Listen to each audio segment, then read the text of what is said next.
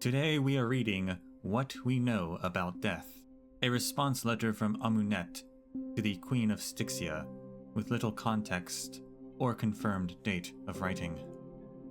This collectible can be found starting from the ancient city main gate space anchor in Dragonbone City, Styxia. It is located next to the main gate. To Her Majesty, Queen of Styxia, what we know about death. Your Majesty, Queen of Styxia. Your Majesty, I received your letter from a few days ago. Truly, as you have stated, the immortal Golden Age has become a thing of the past since the birth of Thanatos, the Death Titan, on Amphoreus. I believe that we shall never return to that era again. I am aware that the faith in death held by Idonians is viewed with trepidation by other city-states. This is not difficult to comprehend, for the aversion to death may stem from a deeper logic inherent to all life itself. In your letter, you expressed a desire to understand death, and sought my thoughts on the torment of immortality. I am truly humbled by your request. I am aware that immortals and mortals perceive the world very differently, and I am certain if any counsel I can offer is worthy of one who has witnessed all the ages. But since you seek an answer, then an answer I will attempt to produce with my reflections on the topic. In essence, I would summarize it as thus: it is because all things must end one day that all things gain meaning, and therein lies the meaning of life. This is why we devote ourselves to death and revere it. It is a simple yet complicated concept. If this intrigues you, then please allow me to further elaborate. In Idonia, we offer blessings to our children every year, congratulating them for taking another step toward death. We hold various ceremonies and holidays, such as their coming-of-age rites, to commemorate every special and pivotal moment in their life. For we know that what has passed may never manifest again in our fleeting existence.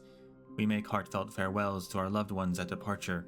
We wish for one more tomorrow with each other at the end of the day, and whisper goodnight before we are taken by our nightly dreaming. We grieve our losses and consequently rejoice in our gains. We learn how to cherish things this way, and from this cherish comes bliss, even if this bliss is fleeting for immortals. Yes, this may sound absurd, but it is true nonetheless. It is death that brings us joy. But for you and all immortals who lived through the Golden Age, there is a world of difference. For instance, I heard that in Styxia, there are never solemn ceremonies or holidays, or even anything that could be described as reverent, elegiac, or commemorative, because such things are unnecessary. In the long span of immortality, nothing is of great import, and thus nothing is worth commemorating. To immortals, all actions and thoughts are but echoes from a distant past, destined to reverberate into the future, eternal. As the saying goes, there is nothing new under the sun. All novelty springs from forgetfulness.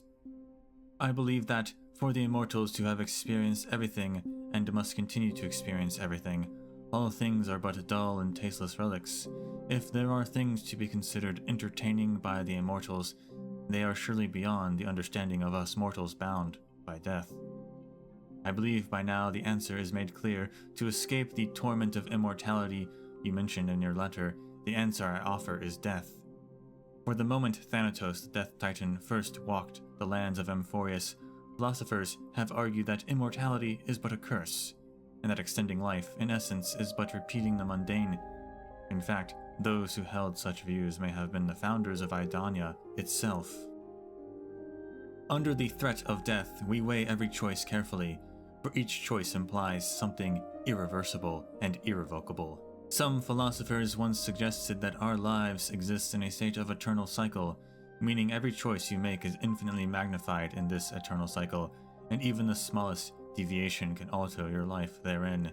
I imagine it to be difficult for an immortal to empathize with the unbearable weight implied. We know that the moments we experience are not eternal, nor can they even be considered segments of eternity. They are but fleeting illusions. Every action in this delicate life can be our last, and every face will blur and fade like those seen once upon a dream. Therefore, your majesty, if you ask me my understanding of death, then permit me to define it with my understanding of life. For they are one and the same. And in this journey of life, death is not our final destination, rather a piece of luggage we must carry. If confusion still troubles you, please do not fret. I am expecting to visit Styxia in the near future. Then I will tell you all that I know. Finally, allow me to conclude with an Idonian blessing.